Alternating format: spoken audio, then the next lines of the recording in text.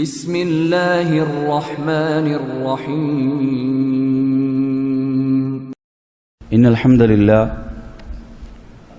نحمده ونستعينه ونستغفره ونعوذ بالله من شرور أنفسنا ومن سيئات أعمالنا من يهده الله فلا مضل له ومن يضلل فلا هادي له وأشهد أن لا إله إلا الله وحده لا شريك له وأشهد أن محمدا عبده ورسوله أما بعد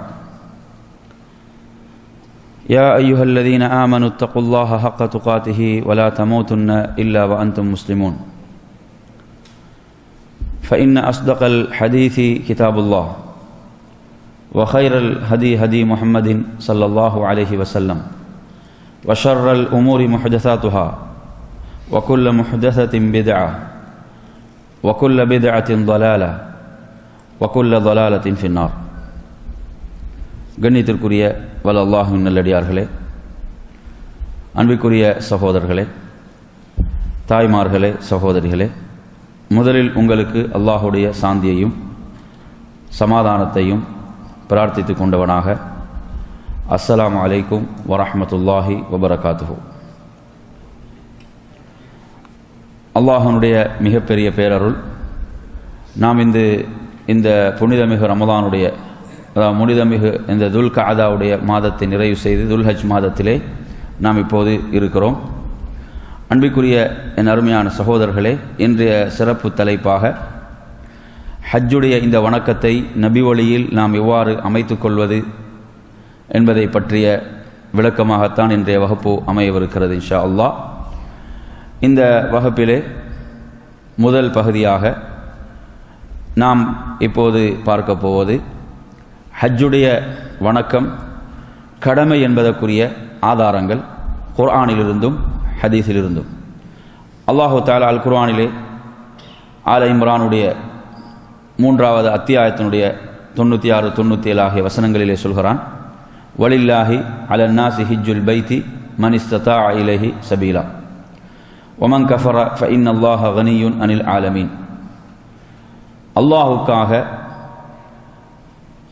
மனிதர்கள் மீது அந்த வீட்டை அடைந்து ஹஜ்ஜை நிறைவேற்றுவதற்கு எவர்கள் சக்தி பெறுகிறார்களோ அவர்கள் மீது இந்த ஹஜ்ஜு கடமை என்று அல்லாஹு தஆலா சொல்கிறான்.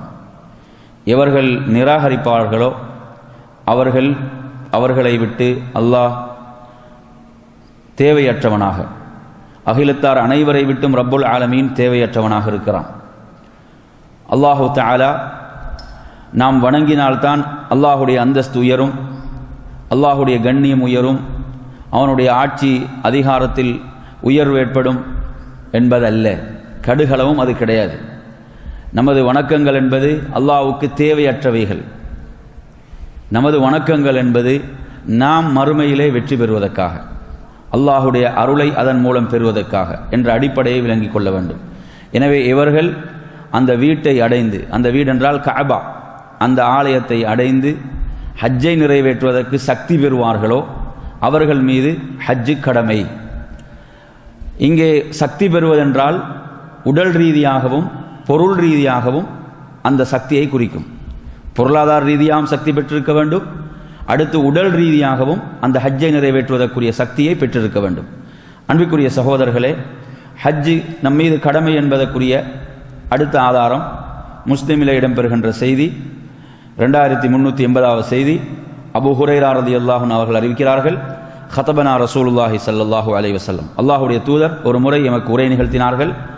ஐயுஹன் நாஸ், மனிதர்களே, கது ஃபரலல்லாஹு அலைக்குமுல் ஹஜ், அல்லாஹ் உங்கள் மீது ஹஜ்ஜை கடமையாக்கி இருக்கிறான், எனவே நீங்கள் ஹஜ்ஜை நிறைவேற்றுங்கள்.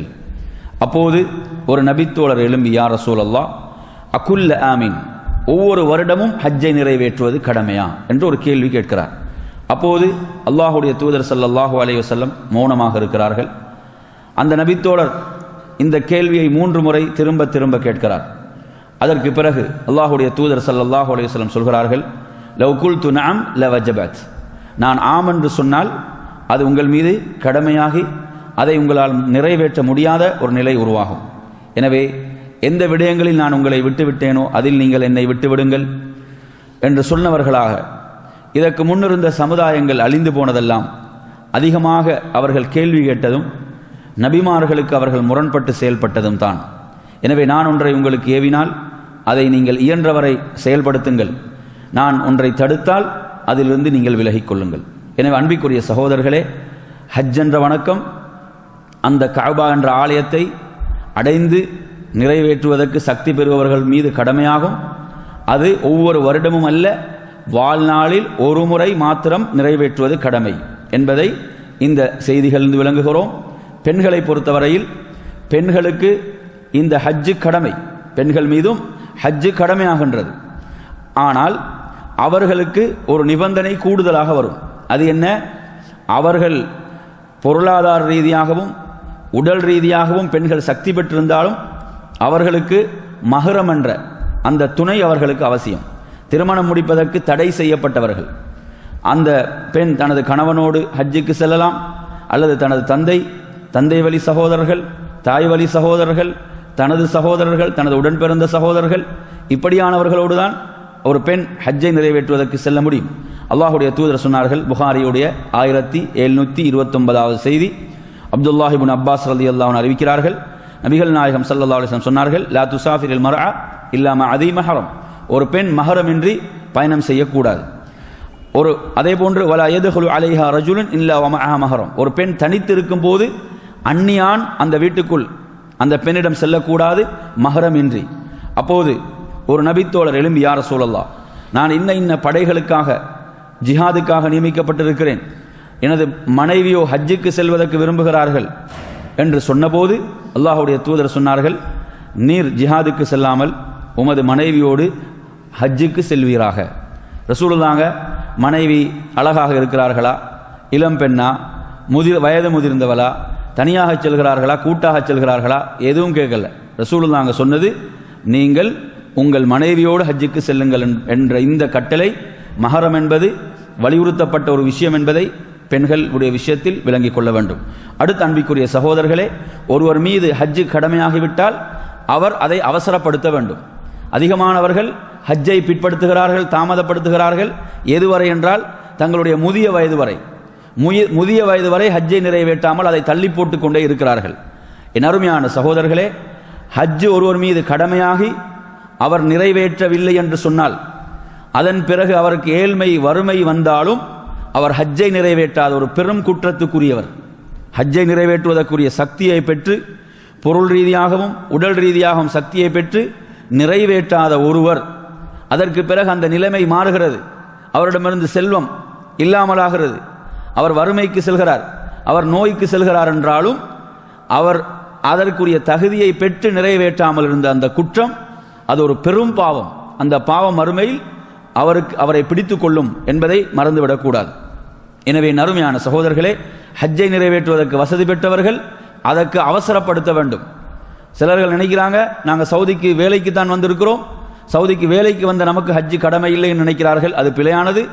ஹஜ்ஜை நிறைவேற்றுவதற்குரிய வசதிகளை ஒருவர் பெற்றுவிட்டால் அவர் எங்கிருந்தாலும் ஹஜ்ஜை நிறைவேற்றுவது கடமை என்பதை விளங்க வேண்டும்.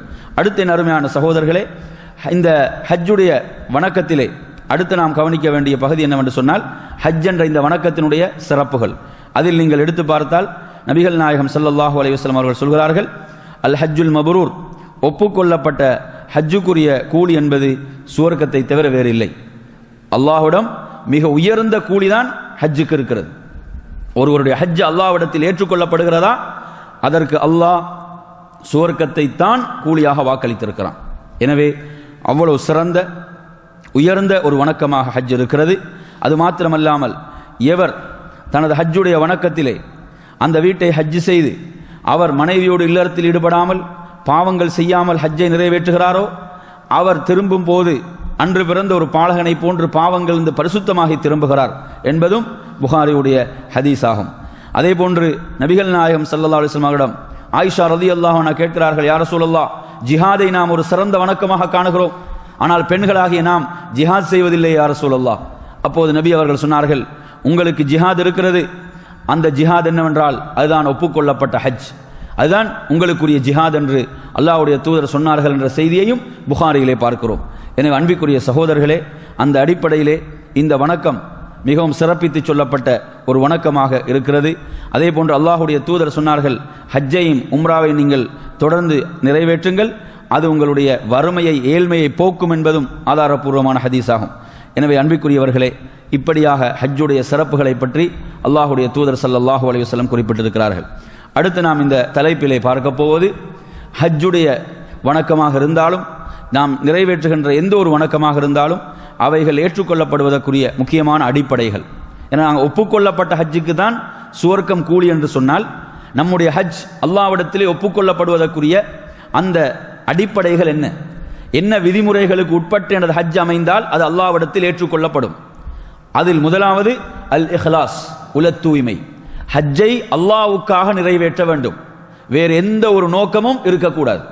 ஹஜ்ஜை நிறைவேற்றுவதில் வேறு எந்த நோக்கமும், உலகியல் லாபங்களோ உலகியல் புகழோ எதுவும் இருக்கக்கூடாது. இந்த ஹஜ்ஜை நான் அல்லாஹ்வுக்காக நிறைவேற்றுகிறேன் என்ற இந்த இஹ்லாஸ், இதுதான் முதலாவது அடிப்படை. இஹ்லாஸ் இல்லை என்றால் அமல் அல்லாஹ்விடத்தில் ஏற்றுக்கொள்ளப்பட மாட்டாது. அடுத்து இரண்டாவது இத்திபாஉ சுன்னா, நபி வழியை பின்பற்றி ஹஜ்ஜை நாம் அமைத்துக் கொள்ள வேண்டும்.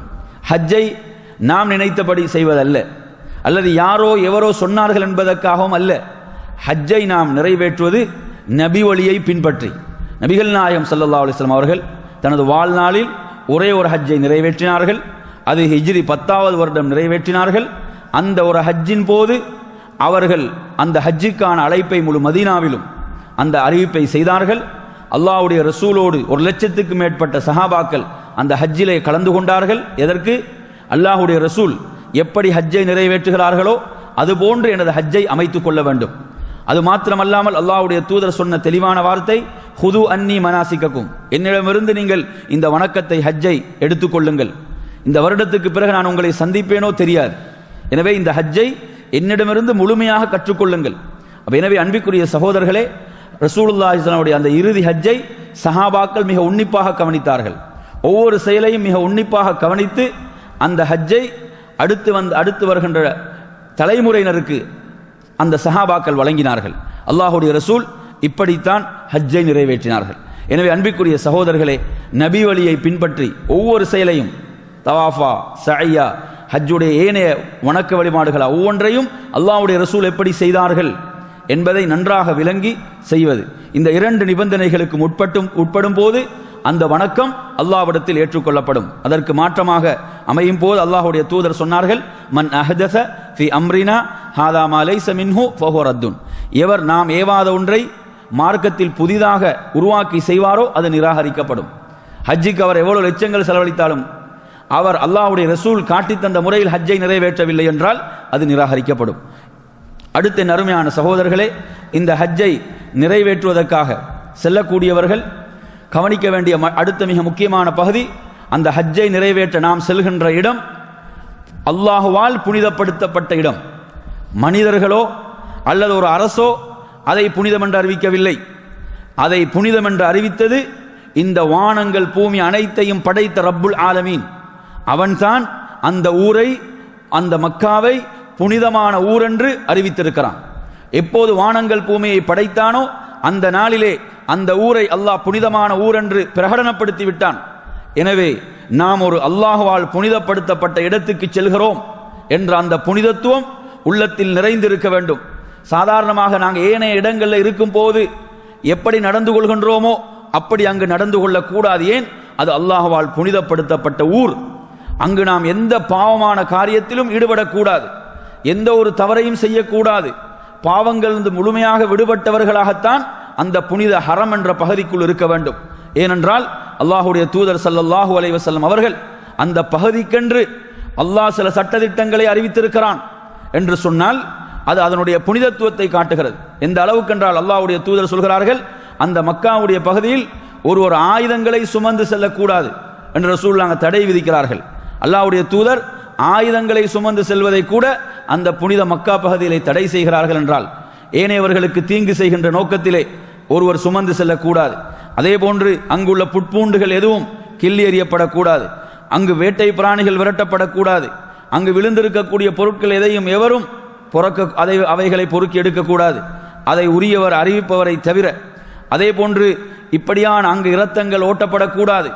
ஒருவருடைய மானமும் ஒருவருடைய அந்தஸ்தும் இரத்தமும் புனிதமாக கருதப்படுகின்ற ஒரு இடமாக அது இருக்கிறது. எனவே அன்பிற்குரிய சகோதரர்களே, அந்த புனிதமான இடத்தை நோக்கி நாம் செல்கிறோம். அல்லாஹ் குர்ஆன்ல சொல்றான், வமன் யுரித் ஃபீஹி பிஇல்ஹாதின் பிதுல்மின் நுதிகுஹு மின் அதாபின் அலீம்.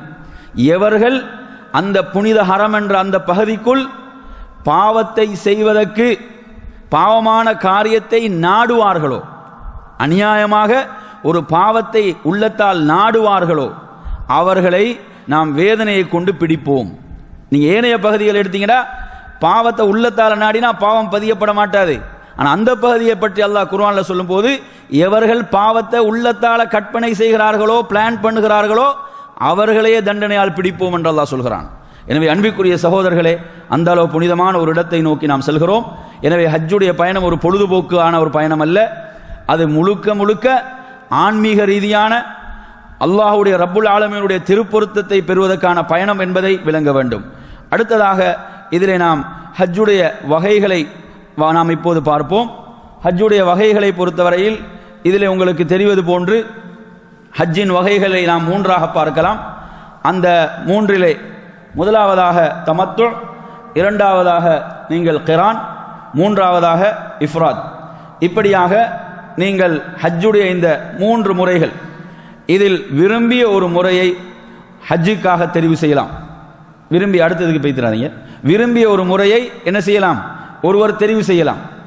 இதில் நாம் என்ன கவனிக்க வேண்டும் என்று சொன்னால், தமத்து என்பதை பொறுத்தவரையில் அதுதான் ஹஜ்ஜிலே மிக சிறந்த முறை. தமத்து என்பது ஹஜ்ஜிலே மிக சிறந்த முறை. தமத்து என்பது உம்ராவையும் ஹஜ்ஜையும் தனித்தனியாக நிறைவேற்றுவது. கிரான் என்பது அதில் ஹஜ்ஜும் உம்ராவும் சேர்ந்திருக்கும். இஃப்ராத் என்பது ஹஜ்ஜை மாத்திரம் நிறைவேற்றக்கூடிய முறை. எனவே அன்பிற்குரிய சகோதரர்களே, இந்த மூன்றையும் நாம் கவனத்திலே வைத்துக் கொள்ள வேண்டும். இதில் மூன்றில் விரும்பிய ஒன்றை தெரிவு செய்யலாம். சிறந்த முறை தமத்து. ஒரு கேள்வி கேட்கலாம், ரசூலுல்லாஹ் கிரான் தானே செய்தாங்க, ரசூலுல்லாஹ் கிரான் என்ற முறையை தானே செய்தார்கள், அப்படி என்றால் தமத்து எப்படி சிறந்ததாக அமையும் என்று ஒருவர் கேள்வி எழுப்பலாம். என் அருமையான சகோதரர்களே, நபிகள் நாயகம் ஸல்லல்லாஹு அலைஹி வஸல்லம் என்ன சொன்னார்கள், நான் பழிப்பிராணியை என்னோடு எடுத்து வரவில்லை என்றால் நானும் என்ன செய்திருப்பேன், நியத்தை உம்ராவுக்கு மாற்றி இருப்பேன். அதாவது தமத்து முறையில் செய்திருப்பேன் ரசூலுல்லாஹ் சொல்றாங்க. அதுதான் சிறந்த முறை. ரசூலுல்லாஹ் கிரானை ஏன் செஞ்சாங்கண்டா, பழிப்பிராணியை தன்னோடு எடுத்து வந்த காரணத்தால் செய்ததாக சொல்கிறார்கள். எனவே அன்பிற்குரிய சகோதரர்களே, அந்த அடிப்படையிலே நாம் என்ன விளங்க வேண்டும் என்று சொன்னால், சிறந்த முறை தமத்து, சிறந்த முறை தமத்து. அடுத்ததாக அடுத்த ஸ்லைடுக்கு போங்க. அடுத்ததாக என் அருமையான சகோதரர்களே, நாம் கவனிக்க போவது எஹ்ராம் அணிந்து நியத்து வைக்கக்கூடிய அந்த எல்லைகள். அப்படி ஒன்று எடுத்தீங்க சார். எஹ்ராம் அணிந்து நியத்து வைக்கக்கூடிய இந்த எல்லைகள், நபிகள் நாயகம் ஸல்லல்லாஹு அலைஹி வஸல்லம் அவர்கள் எஹ்ராம் அணிந்து நியத்து வைக்கக்கூடிய இந்த எல்லைகளை நமக்கு வகுத்து தந்தார்கள். ஒருவர் புனிதமான மக்காவுக்குள் உம்ராவை ஹஜ்ஜை நியத்து வைத்து நுழையும் போது குறிப்பிட்ட அந்த எல்லையில் அவர் ஹஜ்ஜுக்காக உம்ராவுக்காக நியத்து வைக்க வேண்டும். அந்த அடிப்படையிலே என் அருமையான சகோதரர்களே, இதிலே நீங்கள் பார்ப்பது போன்று கர்னுல் மனாசிலை அஸ்ஸைலுல் கபீர் என்றும் இதை அழைப்பார்கள். அடுத்து இரண்டாவது நீங்க எடுத்து பார்த்தீங்கன்னு சொன்னா யலம்லம், மூன்றாவது துல் ஹுலைஃபா, நான்காவது அல் ஜுஹ்ஃபா, ஐந்தாவது ஜாத்துல் இர்க், ஆறாவது மக்காவாசிகளுடைய அந்த எல்லை மக்கா. இப்ப இதில் என் அருமையான சகோதரர்களே, அப்படி அடுத்து தட்டுங்க.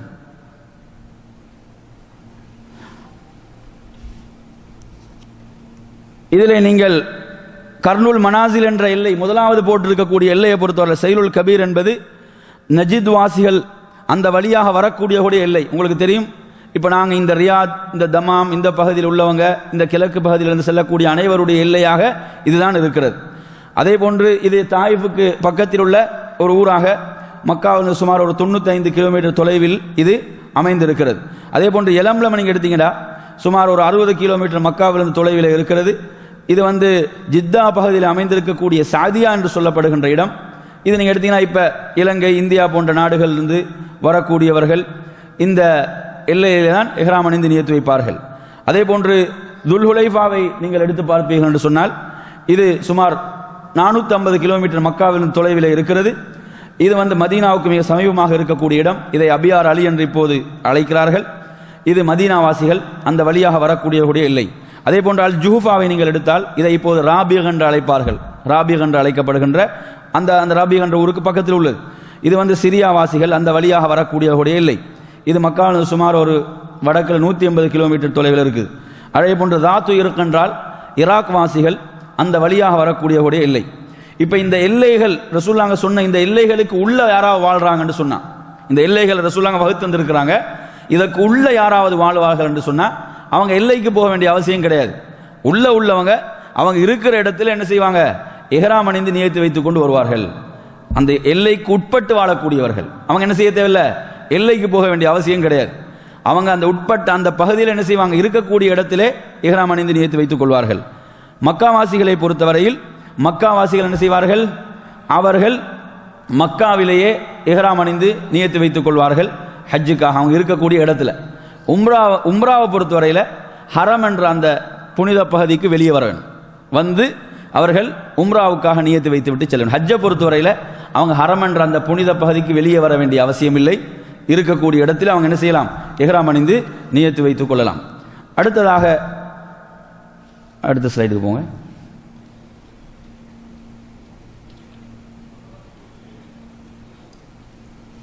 அடுத்ததாக என் அருமையான சகோதரர்களே, ஹஜ்ஜினுடைய அடிப்படைகள் அர்கான்கள்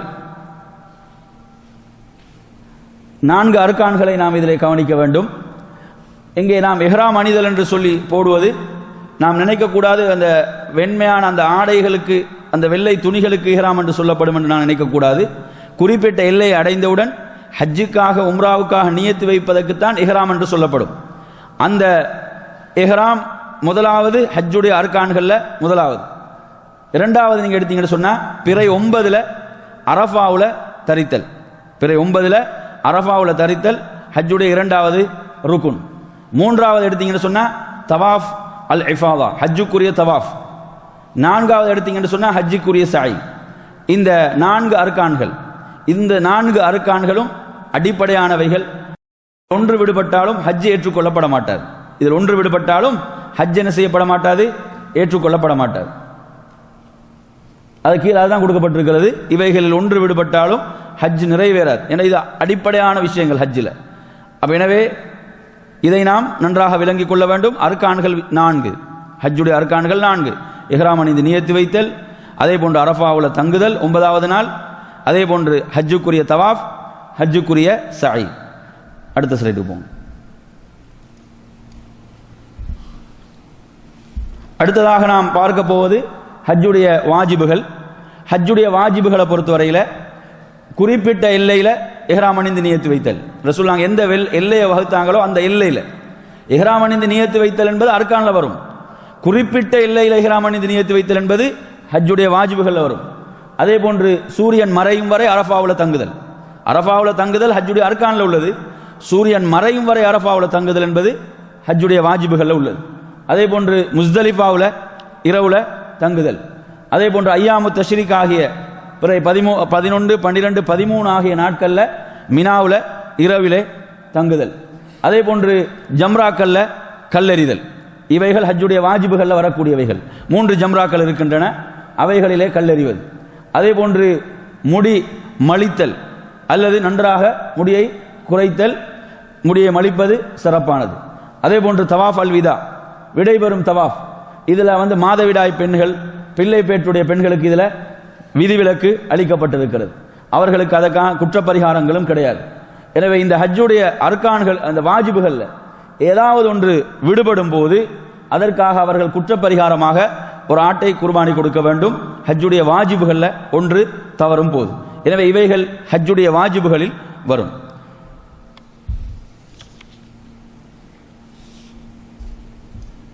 அடுத்ததாக என் அருமையான சகோதரர்களே, இஹ்ராமுக்கு முன்னர் கவனிக்க வேண்டிய அந்த சுன்னாக்கள், இஹ்ராமுக்கு முன்னர் செய்ய வேண்டிய சுன்னாக்கள் நீங்கள் அது 2ஆக பிரித்து விளங்க வேண்டும். அதாவது இஹ்ராமோடு நேரடியாக தொடர்பட்டு வருகின்ற சுன்னா என்று பார்க்கும்போது இஹ்ராமுக்காக குளித்துக் கொள்வதும் உடலுக்கு மனம் பூசுவதும் தான் நேரடியாக நாங்கள் பார்க்க முடியும். அதாவது நேரடியாக இஹ்ராமுக்கு முன் வருகின்ற சுன்னத்துகளில் இஹ்ராமுக்காக ஒருவர் குளித்துக் கொள்ளுதல், உடம்புக்கு என்ன செய்யறது, மனம் பூசிக்கொள்வது. அதை போக அடுத்தவைகள் எடுத்தீங்கன்னா நகங்களை வெட்டுவது, அக்குள் முடிகள், மறைவிரங்கள் முடிகள் எடுப்பதெல்லாம், அதே போன்ற இந்த இஹ்ராம் ஆடை ஆண்களுக்கு வெண்மையாக இருத்தல், இது பொதுவாக உள்ளது.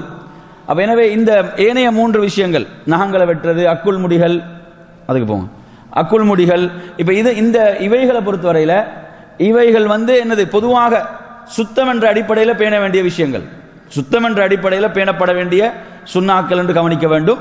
இஹ்ராமோடு தொடர்படுத்தி நேரடியாக பார்க்கக்கூடிய சுன்னாக்களாக இஹ்ராமுக்காக குளித்தல், அதே போன்று உடலுக்கு மனம் பூசிக்கொள்ளுதல் என்பதுதான் அதில் வரும் என்பதையும் கவனத்தில் கொள்ள வேண்டும். அடுத்து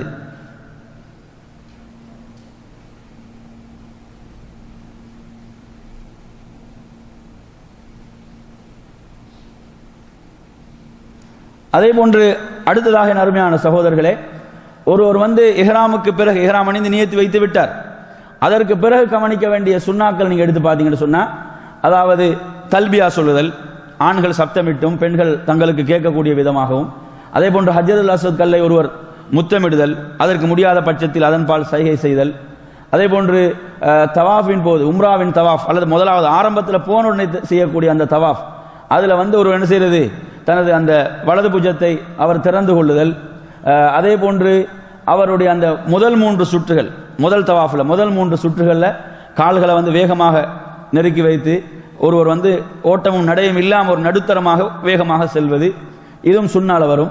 அதே போன்று தவாஃபுக்கு பிறகு மக்காம இப்ராஹிம்ல 2 ரக்காத்துகள் சுன்னத்துகள் தொழுவது, அதில் முதல் ரக்காத்தில் சூரத்துல் ஃபாத்தியாவை தொடர்ந்து சூரத்துல் காஃபிரூன், 2வது ரக்காத்தில் சூரத்துல் ஃபாத்தியாவை தொடர்ந்து சூரத்துல் இஹ்லாஸ், அதே போன்று 6வதாக ஜம்சம் நீர் அருந்துதல், இவைகள் எல்லாம் ஒருவர் இஹ்ராம் அணிந்து நியத்து வைத்த பிறகு கவனிக்க வேண்டிய சுன்னாக்களில் இவைகள் வரும். அப்படி என்பதை நாங்கள் செய்ய வேண்டும், விளங்க வேண்டும். அடுத்ததாக அருமையான சகோதரர்களே, ஒருவர் இஹ்ராமுக்காக நியத்து வைத்து விட்டார், இஹ்ராமுக்காக நியத்து வைத்ததன் பிறகு, இஹ்ராம் என்று சொன்னால் ஹஜ்ஜுக்குரிய அந்த வணக்கத்துக்குள்ள உம்ராவுக்குள்ள அவர் நியத்து வைத்து நுழைந்து விட்டார். அப்படி நுழைந்து விட்டார் என்று சொன்னால் அதற்கு பிறகு அவருக்கு தடுக்கப்படுகின்ற அம்சங்கள் இதில் நீங்க எடுத்து பார்த்தீங்கன்னு சொன்னா, உடம்பில் உள்ள முடிகளை நீக்குதல், தலை உட்பட முடிகள் எதையும் என்ன செய்யக்கூடாது, ஒருவர் அகற்றக்கூடாது. அதே மாதிரி எடுத்தீங்கன்னு சொன்னா நகங்களை வெட்டுவது கூடாது. அதே போன்று உடையிலோ ஒருவர் உடம்பிலோ மனம் பூசுவது கூடாது, ஆரம்பத்தில் பூசின மனம் அப்படி உடம்புல இருந்தால் பிரச்சனை கிடையாது. ஒரு இஹ்ராமுக்கு முன்னால மனம் பூசுற சுண்ணான்னு பார்த்தோம் உடம்புல, அந்த மனம் அப்படியே இருக்குதுன்ற உடம்புல, அது பிரச்சனை கிடையாது. ஆனா ஒருவர் இஹ்ராமுக்காக நியத்து வைத்த பிறகு மனம் பூசக்கூடாது. அதே போன்று ஆண்கள் தைத்த ஆடைகள் அணிவது, அதாவது காலுறை உட்பட, காலுறைகள் என்று சொன்னால் காலுறை அணிந்தால் என்ன செய்ய வேண்டும், கரண்டைக்கு மேல் உள்ள பகுதியை அவர் வெட்டி கொள்ளட்டும் என்ற ஹதீஸை புகார்ல பார்க்கலாம். அதே போன்று கடிகாரம், பெல்ட், கண்ணாடி போன்றவைகளை அணிவதற்கு அனுமதி இருக்கிறது. அதே போன்று ஆண்கள் தலையை மூடுதல் கூடாது. முத்தமிடுதல், இந்திரியத்தை வெளிப்படுத்துதல், ஒருவர் தூக்கத்தில் இந்திரியம் வெளியாகுதுன்னா அது குற்றம் கிடையாது. இந்திரியத்தை வெளிப்படுத்தக்கூடிய செயல்கள் அவைகள் ஹராம். அதே போன்று உடலில் ஈடுபடுவது, திருமண ஒப்பந்தம் செய்வது, திருமணம் சம்பந்தப்பட்ட பேச்சுக்கள் பேசுவது, அதே போன்று வேட்டையாடுதல், அப்ப இப்படியான இவைகள் எல்லாம் இஹ்ராமுக்கு பிறகு ஒருவர் இஹ்ராமுக்குள் நுழைந்ததன் பிறகு தடுக்கப்படுகின்ற அம்சங்கள், ஹராமாக்கப்படுகின்ற அம்சங்கள். இதில் நீங்க எடுத்து பார்த்தீங்கன்னா இந்த முக்கிய குறிப்பு நாங்கள் போட்டிருக்கிறோம். மேற்குறிப்பிட்ட அந்த 6 அம்சங்கள், 6வது அம்சம் வரை, முத்தமிடுதல், இந்திரியத்தை வெளிப்பாடு, அந்த 6வது அம்சம் வரை, இந்த 6 அம்சங்கள்ல ஏதாவது ஒன்றை ஒருவர் நடந்து விட்டால் அதற்கு பரிகாரமாக பின்வரும் 3இல் ஒன்றை அவர் செய்ய வேண்டும். அதில் நீங்க எடுத்து பார்த்தீங்கன்னா ஒரு ஆட்டை குர்பானியாக கொடுப்பது, அதை ஏழைகளுக்கு அங்க மக்காவிலே பங்கிட்டு கொடுப்பது, அதை அவர் சாப்பிடக்கூடாது. அதே போன்று அல்லது 6 ஏழைகளுக்கு உணவளிப்பது, அதே போன்று அல்லது 3 நோன்புகள் நோட்பது. இதுல என்ன செய்யலாம், அவருக்கு இதுல தெரிவு செய்யலாம். இதில் என்ன கவனிக்க வேண்டும் என்று சொன்னால், இப்படியான இஹ்ராமுக்கு பிறகு தடுக்கப்பட்டவைகள் சுய அறிவோடு நினைவோடு தெரிந்த நிலையில செய்கிறார். மறதியா செஞ்சா இப்படி வர, மறதியா செஞ்சுட்டாருன்னா குற்றம் கிடையாது, அல்லது அறியாமையில செய்யறாலும் குற்றம் கிடையாது. இது நல்லா தெரிந்து, இது பிழை, இது கூடாது என்று தெரிந்து சுய நினைவோடு செய்தால் இந்த பரிகாரங்கள் வரும் என்பதை கவனிக்க வேண்டும். அடுத்த முக்கிய குறிப்பு 2 நீங்க கவனிக்க வேண்டும். இதுல மேற்குறிப்பிட்ட 7வது அம்சமான இஹ்ராம் அணிந்த நிலையில ஒரு உடலில் ஈடுபடுவது என்பது ஒரு பெரும் குற்றமாக இருக்கிறது. இத்தடையை மீறி ஒருவர் முதலாவது இஹ்ராமிலிருந்து விடுபடுவதற்கு முன்னால், முதலாவது இஹ்ராம்னா 10வது நாளில் ஒருத்தர் 2 வணக்கம் செஞ்சா முதல் இஹ்ராம்லேருந்து விடுபடுவார். 10வது நாளில் வணக்கங்களில் 2 செஞ்சுட்டாருண்டா முதல் இஹ்ராம்லேருந்து விடுபடுவார். அதற்கு முன்னால் அவர் அப்படி செய்தால் அவர் பின்வரும் தண்டனைகள் அவருக்கு இருக்கின்றன. அதில் நீங்கள் எடுத்து பார்த்தீங்கன்னு சொன்னால் அவர் பாவம் செய்தவராகின்றார், அவருடைய ஹஜ் ஏற்றுக்கொள்ளப்பட மாட்டாது, தொடர்ந்து ஹஜ்ஜுடைய அமல்களை அவர் செய்து முடிக்க வேண்டும், மீண்டும் எதிர்வரும் வருடத்தில் அவர் ஹஜ்ஜை நிறைவேற்ற வேண்டும், குற்றப்பரிகாரமாக மீண்டும் ஹஜ்ஜு செய்யும் போது ஒரு ஒட்டகத்தை அவர் அதற்கு கொடுக்க வேண்டும். முதலாவது இஹ்ராமிலிருந்து விடுபட்ட பிறகு அவர் அந்த தவறை தவாஃபுல் இஃபாதாவுக்கு முன்னால், ஹஜ்ஜுக்குரிய தவாஃபுக்கு முன்னால் அவர் செய்தால் அதுக்கு குற்ற பரிகாரமாக ஒரு ஆடு மாத்திரம் கொடுத்தால் போதுமானது. அதே போன்று அதில் 8வது அம்சமான திருமண ஒப்பந்தம் செய்தால் அதற்காக அவர் என்ன செய்ய வேண்டும்? தௌபா செய்வது, பாவ மன்னிப்பு தேடிக்கொள்வது. அதே போன்று அவர் அதில் இன்னொன்று நாங்கள் வேட்டையாடுவது என்பதை பார்த்தோம். அப்படி வேட்டையாடுதல் என்பதை பொறுத்தவரையில் தரைமார்க்கமான வேட்டை, கடல் வேட்டை அல்ல அனுமதிக்கப்பட்டிருக்கிறது. அவர் எத்தனை பிராணிகளை வேட்டையாடுகின்றாரோ அதனுடைய எண்ணிக்கை அளவுக்கு அதற்கு குற்றப்பரிகாரமாக ஆடுகள் என்ன செய்ய வேண்டும், அல்லது அதற்கு சமமானவைகள் கொடுக்கப்பட வேண்டும். எனவே இவைகள் அந்த இஹ்ராமுக்கு பிறகு தடுக்கப்பட்ட அம்சங்களில் ஏதாவது ஒன்று, அதாவது சுய சிந்தனையோடு தெரிந்து அறிவோடு செய்தால் அதற்குரிய பரிகாரங்களாக இவைகள் இருக்கின்றன. அடுத்ததாக அருமையான சகோதரர், நாம் ஹஜ்ஜுடைய வகை 3ஆக பார்த்தோம்.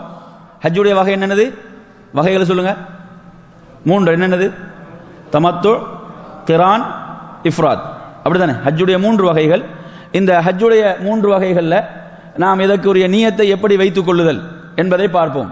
ஒருவர் தமத்து முறையிலே ஹஜ்ஜை செய்ய விரும்புகிறார். தமத்து முறையிலே ஹஜ்ஜை செய்ய விரும்பக்கூடியவர் அவர் என்ன செய்வார் என்று சொன்னால் லப்பைக உம்ரத்தன் என்று மாத்திரம் சொல்லிக் கொள்வார். இதில் லப்பைக உம்ரத்தன் முத்தமத்தியம் பிஹால் ஹஜ் என்று போட்டிருக்கிறது. அதாவது தமத்து முறையிலே ஹஜ் செய்வதற்காக அந்த எண்ணி உம்ராவை மாத்திரம் நியத்து வைத்துக் கொள்ளக்கூடிய முறை. அல்லது அவர் லப்பைக உம்ரத்தன் என்று மாத்திரம் சொல்வார். லப்பைக உம்ரா, உம்ராவை செய்வதாக மனதில் எண்ணி லப்பைக உம்ரத்தன் என்று சொல்வார்.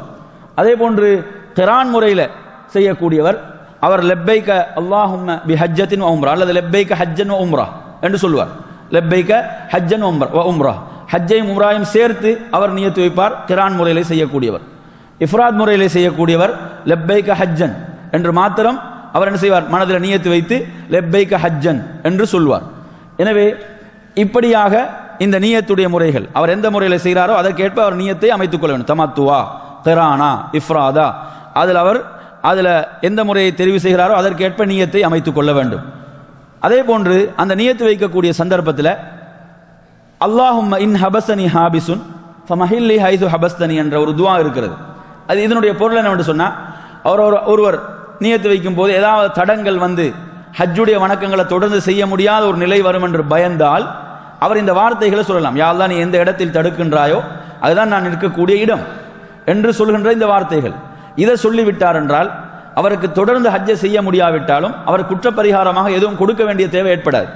இதை சொல்லல் என்று சொன்னால் ஹஜ்ஜை இடைநடுவில் நிறுத்துவார் என்றால் குற்றப்பரிகாரம் கொடுக்க வேண்டியிருக்கும். இதை சொல்லிட்டார் என்று சொன்னால் ஏதாவது தடைகள், சில பெண்களுக்கு மாதவிடாய் போன்ற காரணங்களில் தடை ஏற்படலாம், அல்லது நோய் போன்ற காரணங்களில் தடை ஏற்படலாம். ஏதாவது ஒரு காரணத்துக்காக தடை ஏற்பட்டு விட்டால் இந்த நியத்தோடு இந்த வார்த்தைகளை சொன்னால் அவர் குற்றப்பரிகாரமாக எதுவும் கொடுக்க வேண்டியதில்லை என்பதை நாம் ஹதீஸ்களில் பார்க்கிறோம். அடுத்தது வாங்க. அடுத்ததாக அருமையான சகோதரர்களே, தவாஃபை பொறுத்தவரையில் இன்னொரு தட்டுங்கள். தவாஃபை பொறுத்தவரையில் நாம் சொன்னோம், ஒருவர் மக்காவுக்கு செல்கிறார், சென்றவுடன் செய்யக்கூடிய, அதாவது தமத்து முறையில் செய்யக்கூடியவரை பொறுத்தவரையில் நான் உங்களுக்கு சொன்னேன், அவர் உம்ராவை ஹஜ்ஜையும் நிறைவாக செய்வார். அதில் நீங்கள் எடுத்து பார்த்தீங்கன்னு சொன்னால் உம்ராவுக்கு ஒரு தவாஃப் இருக்கிறது, ஹஜ்ஜுக்கு ஒரு தவாஃப் இருக்கிறது, உம்ராவுக்கு ஒரு சாய் இருக்கிறது, ஹஜ்ஜுக்கு ஒரு சாய் இருக்கிறது தமத்துவை பொறுத்தவரையில்.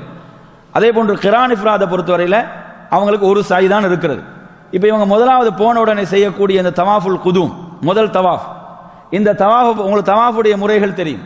ஒருவர் தவாஃபை ஆரம்பிக்கும் வரை தல்பியாவை சொல்லிக் கொண்டிருப்பார். தவாஃபை ஆரம்பிக்கும் போது தல்பியாவை நிறுத்துவார். தவாஃபை ஆரம்பிக்கும் போது அவர் தனது வலது புஜத்தை என்ன செய்வார்? திறந்து கொள்வார், வலது புஜத்தை திறப்பார். அதே போன்று அவர் மஸ்ஜிதுல் ஹராமுக்குள் நுழையும் போது தனது வலது காலை வைத்து அல்லாஹு மஃப்தஹ்லி அப்வாப ரஹமதிக் என்று சொன்னவராக அவர் அந்த மஸ்ஜிதுல் ஹராமைக்குள் நுழைவார். நுழைந்து முதலாவது தவாஃபை ஆரம்பிக்கின்ற போது அந்த தவாஃபுக்காக சென்றவுடன் முதலாவது வலது புஜத்தை திறந்து கொள்வது, தவாஃப் என்பது மொத்தம் 7 சுற்றுகள்.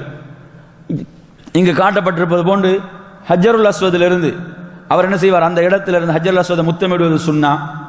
அதை முத்தமிட முடியாத பட்சத்தில் கையாள தொட்டு கையை முத்தமிடுவது, அல்லது அதற்கு முடியாத பட்சத்தில் ஒரு அம்பு ஒரு கம்பு போன்றதை அதை தொட்டு அந்த கம்பை முத்தமிடுவது, அதற்கு முடியாத பட்சத்தில் அதன்பால் சைகை செய்வது, அல்லாஹு அக்பர் என்று சொல்வது, அல்லாஹு அக்பர் என்று சொல்லி தவாஃபை ஆரம்பிப்பது. தவாஃப் என்பது மொத்தம் 7 சுற்றுகள். அதுல முதல் 3 சுற்றுகள் நாங்கள் சொன்னோம் அர் ரமல், கால்களை நெருக்கி வைத்து வேகமாக நடக்கக்கூடிய அந்த சுன்னா ரசூலுல்லாஹ்வுடைய வழிமுறை. ஏனைய 4 சுற்றுகளை அமைதியாக செல்வது. அதே போன்று அந்த ருக்குனுல் உங்களுக்கு காட்டப்பட்டிருக்கு. ருக்குனுல் யமானி ஹஜ்ஜுல் அஸ்வத் தெரியுதா உங்களுக்கு? ருக்குனுல் யமானி அங்க ஒருத்தர் கையால் பிடிச்சா தான் ருக்குனுல் யமானி. இங்க கையை காட்டக்கூடிய இடம் எது சொல்லுங்க? அதான் ஹஜ்ஜுல் அஸ்வத். இந்த ரெண்டுக்கு இடைப்பட்ட இடத்துல ஓதக்கூடிய துவா என்ன? ரப்பனா ஆத்தினா ஃபித் துன்யா ஹஸனா வ ஃபில் ஆখিরাতি ஹஸனத்தன் வகினா அஸாபன்னார் என்ற இந்த துவாவை ஓதிக்கொள்வது சுன்னாவாகும். எனவே நறுமையான சகோதரர்களே, இந்த தவாஃபுடைய 7 சுற்றுகள், இந்த 7 சுற்றுகளிலும் இந்த துவாவை ஓத வேண்டும். ஒவ்வொரு சுற்றும் ஹஜ்ஜுல் அஸ்வதை அடையும் போது நிறைவடையும். அல்லாஹ் அக்பர் என்று சொல்லி அதன்பால் சைகை செய்தவராக 2வது சுற்றை ஆரம்பிப்பார். ஏன்னா அதை முத்தமிடுவதற்கு முடியாத அதிகமான கூட்டமாக இருக்குதா, சிரமப்பட வேண்டியதில்லை. அதன்பால் சைகை செய்து அல்லாஹ் அக்பர் என்று சொல்லி தவாஃபை ஆரம்பிப்பார். இந்த தவாஃபுடைய 7 சுற்றுகளில் நாம் அதாவது கஅபாவை பொறுத்தவரையில் முத்தமிடுவதற்குரிய இடம் ஹஜ்ஜுல் அஸ்வத், அதை தொடவும் முடியும். அதே போன்று ருக்குனுல் யமானி இருக்கிறது, அதை தொட மாத்திரம்தான் முடியும். நல்லா புரிஞ்சுக்கோங்க. அந்த கையால் தொடுறாரு இல்லை ருக்குனுல் யமானி, அதை கையால் தொடலாம், அதை முத்தமிடுவது கிடையாது. கையால் தொடலாம், கையை முத்தமிடுவது கிடையாது. முத்தமிட முடியாத கையால் தொட முடியாத பட்சத்தில் சைகை செய்வதும் கிடையாது. சைகை செய்தல் என்பது ஹஜ்ஜுல் அஸ்வதுக்கு முன்னால மாத்திரம் என்பதையும் விளங்கிக் கொள்ள வேண்டும். எனவே இதனுடைய 7 சுற்றுகள், இதுல ஒவ்வொரு சுற்றுக்கும் சிறப்பான துவாக்கள் என்று ரசூலுல்லாஹ் எதையும் சொல்லித் தரல. இந்த ரப்பனா ஆத்தினா என்ற துவாவை தவிர வேறு எந்த துவாவும் ரசூலுல்லாஹ் சிறப்பித்து சொல்லித் தரல. எனவே விரும்பிய துவாக்களை பிரார்த்தனைகள் ஒருவர் கேட்டுக்கொள்ளலாம். இதை நிறைவு செய்ததன் பிறகு தவாஃபை முடித்தவுடன் அவர் தனது வலது புஜத்தை மூடிக்கொள்ள வேண்டும். ஏன்னா வலது புஜம் திறப்பது என்பது நல்லா புரிஞ்சுக்கோங்க, தவாஃபுடைய 7 சுற்றுகளுக்கு மாத்திரம் உள்ள ஒரு விஷயம். தவாஃபுடைய 7 சுற்றுகளுக்கு மாத்திரம் உள்ள ஒரு விடயம்தான் வலது புஜம் திறந்திருப்பது என்பது. சிலர் எடுத்தீங்கன்னா அதை அணிந்தத்திலிருந்து வலது புஜம் திறந்தே இருப்பாங்க, அது பிழையானது. தவாஃபுடைய 7 சுற்றுகளுக்கு மாத்திரம் வலது புஜம் திறந்திருக்க வேண்டும். அதை முடித்தவுடன் வலது புஜத்தை மூடிக்கொள்வது. அதன் பிறகு மக்காம் இப்ராஹிம் உங்களுக்கு காட்டப்பட்டிருக்கிறது. அதற்கு பின்னால் 2 ரக்காத்துகள் தொழ வேண்டும். அதற்கு முடியாத பட்சம் அந்த இடத்துல தொழ முடியாத கிரௌட் அதிகம், கூட்டம் அதிகம் என்று சொன்னால் உங்களுக்கு எந்த இடத்திலும் ஹரத்தில் அந்த 2 ரக்காத்தை தொழுது கொள்ளலாம். அதில் உங்களுக்கு நாங்கள் சொன்னோம், முதல் ரக்காத்தில் சூரத்துல் ஃபாத்திஹாவை தொடர்ந்து சூரத்துல் காஃபிரூன், 2வது ரக்காத்தில் சூரத்துல் ஃபாத்திஹாவை தொடர்ந்து சூரத்துல் இஹ்லாஸ். இதை முடித்ததன் பிறகு அவர் ஜம்சம் நீரை அருந்துவது சுன்னா. ஜம்சம் நீரை அருந்தியதன் பிறகு மறுபடியும் அந்த ஹஜ்ஜுல் அஸ்வதை முத்தமிடுவதும் நபி வழி சுன்னா. மறுபடியும் என்ன செய்வது, ஹஜ்ஜுல் அஸ்வதை முத்தமிடுவதும் சுன்னா, நபி வழியிலே உள்ளது. அதற்கு முடியாதா, அப்ப என்ன செய்வார், அவர் சை செய்வதற்காக அவர் சஃபாவுக்கு செல்வார். அடுத்து வாங்க சைக்கு வாங்க.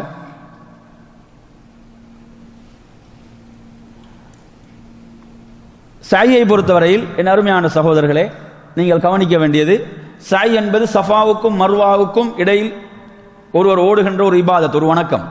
இந்த ஒவ்வொன்றும் இபாதத். இது நமது பகுத்தறிவுக்கு படலாம், படாமல் இருக்கலாம். இது ரப்புல் ஆலமீன் நமக்கு கட்டளையிட்ட இபாதத்துகள், வணக்கங்கள். இந்த ஒவ்வொன்றையும் நாம் நிறைவேற்ற வேண்டும். எனவே ஒருவர் சை செய்வதற்காக சஃபாவுக்கு வந்தவுடன் அந்த மலையிலே அவர் ஏறும்போது, இன்ன ஸஃபா வல் மர்வத மின் ஷஆயிரில்லாஹ் ஃபமன் ஹஜ்ஜல் பைத அவ் இஅ்தமர ஃபலா ஜுனாஹ அலைஹி அன் யத்தவஃப பிஹிமா வமன் ததவ்வ கைரன் ஃபஇன்னல்லாஹ ஷாக்கிருன் அலீம். வசனத்தை முழுமையாக ஓதலாம். அதாவது இன்ன ஸஃபா வல் மர்வத மின் ஷஆயிரில்லாஹ், நிச்சயமாக சஃபாவும் மர்வாவும் அல்லாஹ்வுடைய அடையாள சின்னங்கள் என்றும் உள்ளவைகள். ரசூலுல்லாஹ் இதை ஓதினார்கள். அதே போன்று அப்தஉ பிமா பத அல்லாஹு பிஹி, அல்லாஹ் எதை கொண்டு ஆரம்பித்தானோ அதை கொண்டு நானே ஆரம்பிக்கிறேன். அல்லாஹ் எப்படி குர்ஆன்ல ஆரம்பிக்கிறான், இன்ன ஸஃபான்னு தான் ஆரம்பிக்கிறான். அப்ப சஃபா அல்லாஹ் குர்ஆன்ல முதலாவது சொல்வது போன்று ரசூலுல்லாஹ் சஃபால தான் செய்ய ஆரம்பித்தாங்க. அப்ப எனவே நறுமையான சகோதரர்களே, இந்த சையில இந்த குர்ஆனுடைய வசனத்தை ஓதியதன் பிறகு நாம் நமது 2 கைகளையும் உயர்த்தி காபாவை முன்னோக்கி துஆ செய்வது, பிரார்த்தனை செய்வது. அதற்கு பிறகு இந்த திக்ரை லா இலாஹ இல்லல்லாஹ் வஹ்தஹு லா ஷரீக லஹு லஹுல் முல்கு வ லஹுல் ஹம்து வ ஹுவ அலா குல்லி ஷைஇன் கதீர் லா இலாஹ இல்லல்லாஹு வஹத அன்ஜஸ வஅதா வ நஸ்ர அப்தா வ ஹஸமல் ஹஸாப வஅதா என்று வருகின்ற இந்த திக்ரை 3 முறை சொல்லிக் கொள்வது. இந்த திக்ருக்கு முன்னால் அல்லாஹ் அக்பர் அல்லாஹ் அக்பர் அல்லாஹ் அக்பர் என்று 3 முறை சொல்வதற்கும் ஹதீஸ்களில் ஆதாரம் இருக்கிறது. எனவே நறுமையான சகோதரர்களே, இதை முடித்ததன் பிறகு ஒருவர் சாயை ஆரம்பிப்பார். சாயில் பச்சை நிற பல்புகளுக்கு மத்தியில் ஆண்கள் வேகமாக ஓட வேண்டும். மர்வாவுக்கு சென்றதன் பிறகு நாம் என்ன செய்ய வேண்டும்? குர்ஆனுடைய வசனத்தை ஓதாமல் அந்த திக்ரை 3 முறை செய்துவிட்டு, அதற்கு முன்னால் காபாவை முன்னோக்கி இரு கரம் ஏந்தி துஆ செய்துவிட்டு, அதன் பிறகு மர்வாவிலிருந்து சஃபாவுக்கு வருவது. வரும்போதும் பச்சை நிற பல்புகளுக்கு மத்தியில் ஆண்கள் வேகமாக ஓட வேண்டும். சஃபாவிலிருந்து மர்வாவுக்கு செல்வது ஒரு சுற்று, மர்வாவிலிருந்து சஃபாவுக்கு வருவது 2வது சுற்று. இப்படியாக 7 சுற்றுகள். இறுதியில் மர்வாவிலே சாய் நிறைவடையும். ஒவ்வொரு சுற்றிலும் மலையிலே நாம் ஏறும்போது நாம் இந்த சொன்ன ஒழுங்குகளில் பேண வேண்டும், கடைபிடிக்க வேண்டும். விசேஷமான துவாக்கள் எதுவும் கிடையாது. அதே போன்று சஃபாவிலும் மர்வாவிலும் ஏறும்போது சிலவங்க காபாவை நோக்கி சைகை செய்கிறாங்க, அது பிழையானது. சைகை செய்யக்கூடிய முறை ரசூலுல்லாஹ் கற்றுத்தரவில்லை. மாறாக இரு கரங்களை ஏந்தி ரசூலுல்லாஹ் துவா செய்தாங்க என்ற முறைதான் ஹதீஸ்களில் காணப்படுது. எனவே நறுமையான சகோதரர்களே, சாயை ஒருவர் நிறைவு செய்ததன் பின்னால், சாயை ஒருவர் நிறைவு செய்ததன் பின்னால் அடுத்து என்னென்று பார்ப்போம்.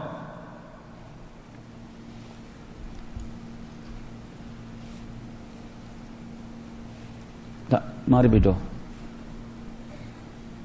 பாருங்க, கொஞ்சம் பாருங்க.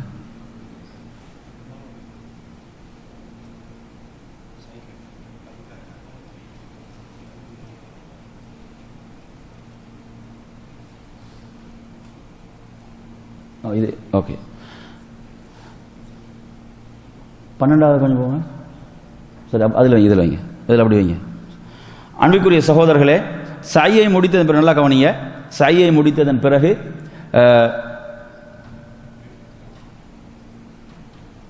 இதுக்கு முன்னால் ஒரு விஷயம் கவனிச்சுக்கொள்ளும். அப்படி வைங்க. அதாவது சாயை ஒருவர் நிறைவு செய்ததன் பிறகு இதில் நாங்கள் சொன்னோம், ஹஜ்ஜை 3 முறையில் செய்யலாம். ஒன்று தமத்து அல்லது கிரான் அல்லது இஃப்ராத்.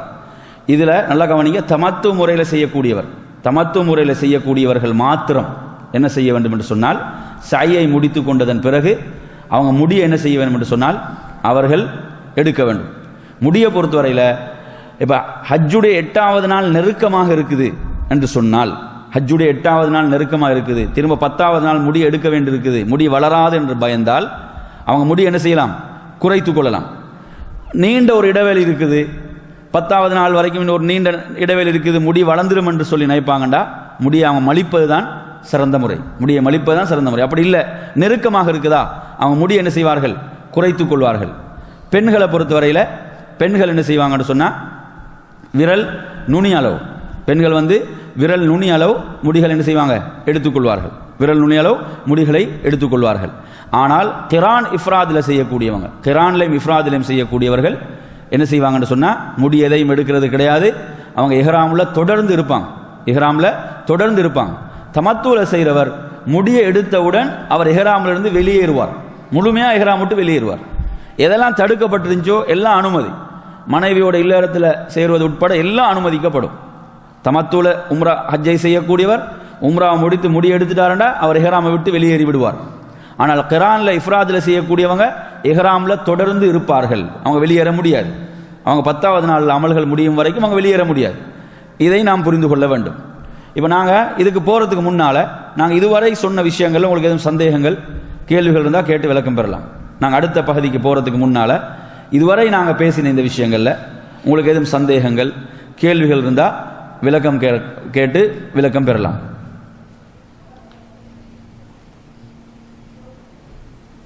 சொல்லுங்க. அதாவது தோல் புஜம், வலது புஜத்தை திறந்திருப்பது என்பது தவாஃபினுடைய முதல் 3 சுற்றுகளுக்கு மாத்திரம் உள்ளதா, அல்லது மொத்தம் தவாஃபுடைய 7 சுற்றுகளுக்கு உரியதா? அதான கேள்வி இல்லையா? அதான் கேள்வி. என் அருமையான சகோதரர்களே, தவாஃபில் வலது புஜம் திறந்திருப்பது என்பது 7 சுற்றுகளுக்கும் உரியதாகும், 7 சுற்றுகளுக்கும் உரிய சட்டமாகும். சிலர்கள் அதாவது முதல் 3 சுற்றுகளுக்கு என்று தவறாக விளங்கி வைத்திருக்கிறார்கள், அது பிழையானது. ரசூலுல்லாஹ்வுடைய வழிமுறை 7 சுற்றுகளுக்கும் தவாஃபுல வலது புஜம் திறந்திருக்க வேண்டும். அந்த முதல் 3 சுற்றுகளில் கொஞ்சம் வேகமாக நடப்பது, கால்களை நெருக்கி வைத்து வேகமாக நடப்பது என்ற முறை அது அந்த முதல் 3 சுற்றுகளில் மட்டும்தான் வரும். ஆனால் வலது புஜம் திறந்திருப்பது என்பது 7 சுற்றுகளிலும் உள்ள ஒரு சட்டம் என்பதை விளங்கிக் கொள்ள வேண்டும். அது இன்னொரு முக்கியமான விஷயம், ஒரு இடத்துல விடுபட்ட ஒரு விஷயம் என்னடா, அந்த எஹ்ராமில் இஹ்ராம் அந்த குறிப்பிட்ட எல்லையில் இஹ்ராம் அணிந்து நியத்து வைக்கக்கூடிய அந்த விஷயத்தில் நாங்கள் சொன்னோம், ஒருவர் இஹ்ராமுக்காக குளித்து உடம்புல மனம் பூசிக்கொள்ளுதல் என்றதை சொன்னோம். அதே போன்று பெண்கள் என்னவென்று சொன்னால், பெண்கள் இஹ்ராமில் தங்களுடைய முகத்தையும் கைகள் 2 மணிக்கட்டு வரை உள்ள அந்த பகுதிகளை திறந்து கொள்ள வேண்டும். ஏன்னா எல்லா பகுதிகளையும் அவர்கள் மறைத்துக் கொள்ள வேண்டும், முகத்தையும் 2 மணிக்கட்டுகளையும் தவிர. பெண்களுடைய இஹ்ராம் உடைய முறை இதுதான்.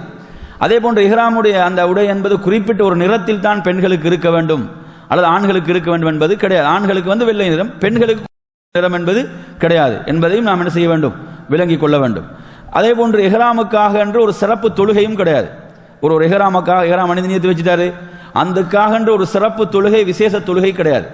ஆனால் மதீனா வாசிகள், மதீனா வழியாக வரக்கூடியவர்கள் துல்ஹுலைஃபாவில் 2 ரக்காத் இஹ்ராமுக்கு பிறகு ஏன் தொழுவாங்கன்னு சொன்னால், ரசூலுல்லாஹ் அந்த இடத்துல ஜிப்ரீல் அலைஹிஸ்ஸலாம் சொல்கிறார்கள், சல்லி ஃபி ஹாதல் வாதில் முபாரக், இந்த பாக்கியம் நிறைந்த பள்ளத்தாக்கிலே நீங்கள் தொழுவீராக என்ற அந்த கட்டளை வந்த காரணத்தால் துல்ஹுலைஃபா அந்த இடத்தினுடைய பாக்கியத்துக்காக அங்கு 2 ரக்காத்துகள் தொழுது கொள்வது இருக்கிறது. அது இஹ்ராமுக்கான தொழுகை அல்ல, அந்த இடத்தினுடைய சிறப்புக்குரியது. அது அதற்கு மாத்திரம் உள்ள சட்டம், ஏனைய எல்லைகளுக்குரிய சட்டம் அல்லது. எனவே இஹ்ராமுக்கென்று ஒரு சிறப்பு தொழுகை கிடையாது என்பதையும் விளங்க வேண்டும். அதே போன்று ஒருவர் வாகனத்திலே அமர்ந்து நியத்து வைப்பது என்பதுதான் ரசூலுல்லாஹ்வுடைய அந்த வழிமுறையிலே சுன்னாவில் பார்க்கிறோம். எனவே வாகனத்தில் அமர்ந்தவுடன் அவர் நியத்து வைத்துக் கொள்வதுதான் நபி வழியிலே உள்ள ஒரு விடயம். இதையும் இங்கே நான் நினைவூட்டிக் கொள்ள விரும்புகிறேன். வேறு எதுவும் உங்களுக்கு இதுவரைக்கும் விளங்கப்படுத்தினதில் எதுவும் சந்தேகங்கள், கேள்விகள் இருக்குதா?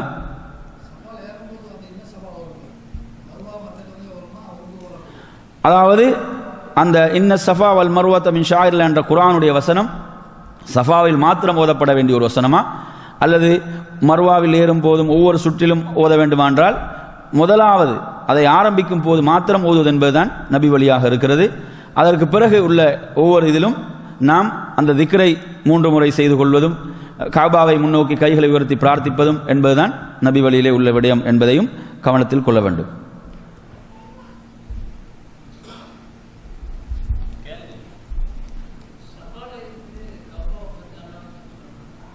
அதே போன்று அடுத்த ஒரு கேள்வி என்னவென்று சொன்னால், ஒருவர் சஃபாவிலே இருந்து என்ன செய்கிறார், கஅபாவை முன்னோக்கி கஅபாவின் பக்கம் சஹீஹ் செய்து அல்லாஹ் அக்பர் என்று சொல்கிறார். இது நபி வழியா என்று சொன்னால், இது நபி வழியில் நமக்கு காட்டித்தரப்படவில்லை. நபி வழியிலே நமக்கு என்ன சொல்லித்தரப்படுகிறது என்றால், ஒருவர் சஃபாவிலோ மர்வாவிலோ அந்த ஏறும்போது கஅபாவை முன்னோக்கியவராக 2 கரம் உயர்த்தி பிரார்த்திப்பது என்பதுதான் நபி வழியிலே உள்ள வழிமுறை. அதே போன்று அந்த திக்ரை ஆரம்பிக்கும் போது அல்லாஹ் அக்பர் 3 முறை சொல்லலாம்.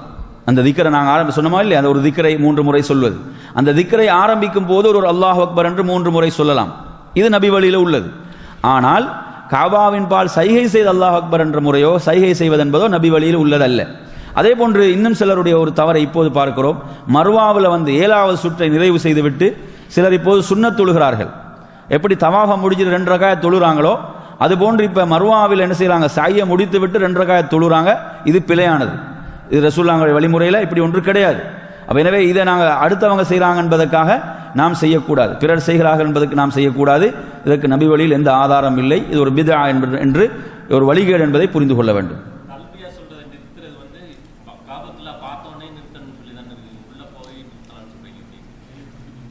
அதாவது தல்பியாவை பொறுத்தவரையில் தல்பியாவை எப்போது நிறுத்துவது என்பதை பற்றி ஒரு கேள்வி கேட்குறாங்க. அன்பிற்குரிய சகோதரர்களே, தல்பியாவை பொறுத்தவரையில் ஹரம் என்ற அந்த புனித பகுதிக்குள் நுழைந்து விட்டால் நிறுத்தி அப்துல்லாஹ் இப்னு உமர் ரலியல்லாஹு அவர்கள் நிறுத்துவாங்கன்னு வருது. எனவே இந்த ஹதீஸை பொறுத்தவரையில் அதாவது ஒருவர் தவாஃபை ஆரம்பிக்கும் வரைக்கும் இதை சொல்லலாம் என்றும் அறிஞர்கள் இதிலிருந்து விளங்குகிறார்கள். ஒருவர் என்ன ஹரம் என்ற அந்த புனித பகுதிக்குள் நுழைந்து விட்டாலும் நிறுத்தலாம். அப்படி அப்துல்லாஹ் இப்னு உமர் ரலியல்லாஹு அவங்க நிறுத்தினாங்கன்ற செய்தியும் இருக்கிறது. அதில் என்னது, ஒரு அப்படி நிறுத்திக் கொள்ளலாம். தவாஃபை ஆரம்பிப்பதற்கு முன்னால் விரும்பினாலும் அதை நிறுத்திக் கொள்ளலாம். அல்லாஹு ஆலம். வேற எதுவும் கேள்வி இருக்குதா? அதே போன்று பள்ளிக்குள் நுழையும் போது ஓத வேண்டிய துவாவை ஒருவர் எப்போது ஓதிக்கொள்வது என்று ஒரு கேள்வி கேட்குறாங்க. என் அருமையான சகோதரர்களே, பள்ளிக்குள் ஒருவர் நுழையும் போது ஒருவர் தனது வலது காலை முன்வைத்து, என்ற ரசூலுல்லாஹி ஸல்லல்லாஹு அலைஹி வஸல்லம் அவர்கள் நல்ல காரியங்கள் அனைத்திலும் வலதை முற்படுத்தக்கூடியவர்களாக இருந்தார்கள். எனவே அவர்களுடைய இது ஒரு மிக சிறந்த ஒரு காரியமாக இருக்கிறது மஸ்ஜிதுக்குள் நுழைவது என்பது. எனவே மஸ்ஜிதுக்குள் நுழையும் போது ஒருவர் தனது வலது காலை முற்படுத்தியவராக அதை நுழையும் போது வலது காலை முன்வைத்து அந்த துஆவை ஓதிக்கொள்வார். அல்லாஹும்ம அஃப்தஹலி அப்வாப ரஹ்மதிக், யா அல்லாஹ் உனது அருள் வாயில்களை எனக்கு திறந்து விடுவாயாக. இது இல்லாமல் வேறு வேறு வாசகங்களிலும் சில ஹதீஸ்களில் துஆக்கள் இடம்பெற்றுள்ளன. அவற்றையும் ஒருவர் விரும்பினால் ஓதிக்கொள்ளலாம். ஹரம் என்ற அந்த புனித பகுதி, அந்த மஸ்ஜிதுல் ஹராமுக்குள் நுழையும் போதும், மஸ்ஜிதுல் ஹராமுக்குள் உங்களுக்கு தெரியும் ஒவ்வொரு வாயிலுக்கும் பேர் போட்டிருப்பாங்க. அந்த வாயில் ஊடாக நாங்கள் நுழைகிறோம். அப்படி நுழையும் போது வலது காலை வைத்து என்ன செய்வோம், இந்த துஆவை நாம் ஓதிக்கொள்வோம். இதுல ஹரம் அந்த புனித ஹரமை பார்க்கும் போது, மஸ்ஜிதுல் ஹராமை பார்க்கும் போது ஓதுவதற்கு விசேஷமான துஆக்கள் இருக்கிறது என்பதற்கு ஆதாரப்பூர்வமான ஹதீஸ்கள் இல்லை, பலவீனமான செய்திகள் தான் இருக்கின்றன. அதே போன்ற அதை பார்த்தவுடன் முதலில் கேட்கப்படுகின்ற துஆ மறுக்கப்பட மாட்டாது என்பதும் ஆதாரப்பூர்வமான செய்திகள் கிடையாது. அதே போன்று அதற்கென்று சிறந்த விசேஷமான துஆக்கள் நுழையும் போது இருக்கிறது என்பதற்கும் ஆதாரப்பூர்வமான ஹதீஸ்கள் கிடையாது. எனவே நாம் ஏனைய மஸ்ஜிதுகளுக்குள் நுழையும் போது என்ன துஆவை பிரார்த்தனை ஓதுவோமோ அதே துஆவை மஸ்ஜிதுல் ஹராமுக்குள் நுழையும் போதும் நாம் வலது காலை முன்வைத்தவர்களாக ஓதிவிட்டு நாம் உள்ளே நுழைவோம். அதே போன்று சிலர்கள் என்ன செய்கிறாங்க, தஹியத்துல் மஸ்ஜித் தொழுறாங்க. இதுவும் பிழையான ஒரு நடைமுறை. தவாஃபுக்காக, உம்ராவுக்காக, ஹஜ்ஜுக்காக நியத்து வைத்து இஹ்ராமோடு செல்லக்கூடியவர் நேரடியாக தவாஃபுக்கு தான் செல்வாரை தவிர அவர் என்ன செய்ய மாட்டார், இந்த தஹியத்துல் மஸ்ஜிதை தொழுது கொண்டிருக்க மாட்டார் என்பதையும் விளங்க வேண்டும். அதே நேரத்தில் ஒரு ஃபர்லான தொழுகையுடைய நேரம் நெருங்கி கொண்டிருக்குது, இகாமத் சொல்லப்பட போகுது என்று சொன்னால் அது தனியான விஷயம். அப்போ அவர் 2 ரக்காத் தஹியத்துல் மஸ்ஜித் தொழுது கொள்வார், உட்காருவார். ஒரு ஃபர்லான தொழுகையோட நேரம் நெருங்கி இருக்குது, தொழுதுட்டு ஆரம்பிப்போம்னு நினைக்கிறார், பிரச்சனை கிடையாது. அப்படி இல்லை என்று சொன்னால் நேரடியாக தவாஃபுக்கு தான் போறாருண்டா அவர் தஹியத்துல் மஸ்ஜித் தொழ வேண்டிய அவசியம் இல்லை, அது நபி வழி உள்ளதல்ல. நேரடியாக தவாஃபுக்கு தான் அவர் செல்வார்.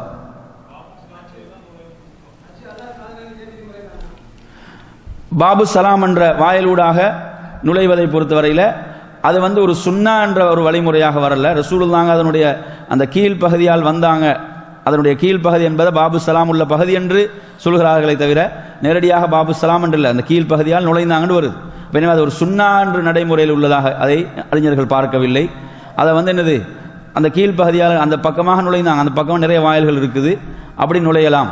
ஒருவருடைய வசதியை பொறுத்து இது அமைந்திருக்கிறது. ஏன்னா இந்த காலத்தை பொறுத்த நீங்கள் எடுத்து பார்த்தீங்கன்னு சொன்னால் அது ஒரு நிறைய சங்கடங்கள் ஏற்படும் ஒருவருக்கு அதை மாத்திரம் அப்படி சொல்லும் போது. எனவே அது ஒரு சுன்னாவாக இல்லை, அது ரசூலுல்லாஹ்வுடைய அவங்க அந்த பகுதியால் நுழைந்தாங்க அப்படி என்றுதான் வருது. அதை ஒரு சுன்னாவாக பார்க்கவில்லை என்பது அதற்குரிய விளக்கம். அதே போன்று அடுத்த ஒரு கேள்வி கேட்குறாங்க, இது ஹஜ்ஜுடைய காலங்களில் மாத்திரம் பேணப்பட வேண்டிய விஷயமா அல்லது எல்லா காலங்களிலுமா? எதை நீங்கள் கேட்குறீங்க?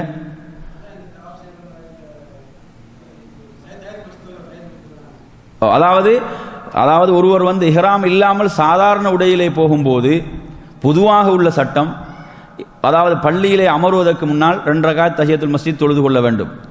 அவர் ஒரு சாதாரண ட்ரெஸ்ஸில் போறாரு, உட்காருவதற்கு முன்னால் 2 ரக்காத் தொழுது விட்டு தான் உட்கார வேண்டும்.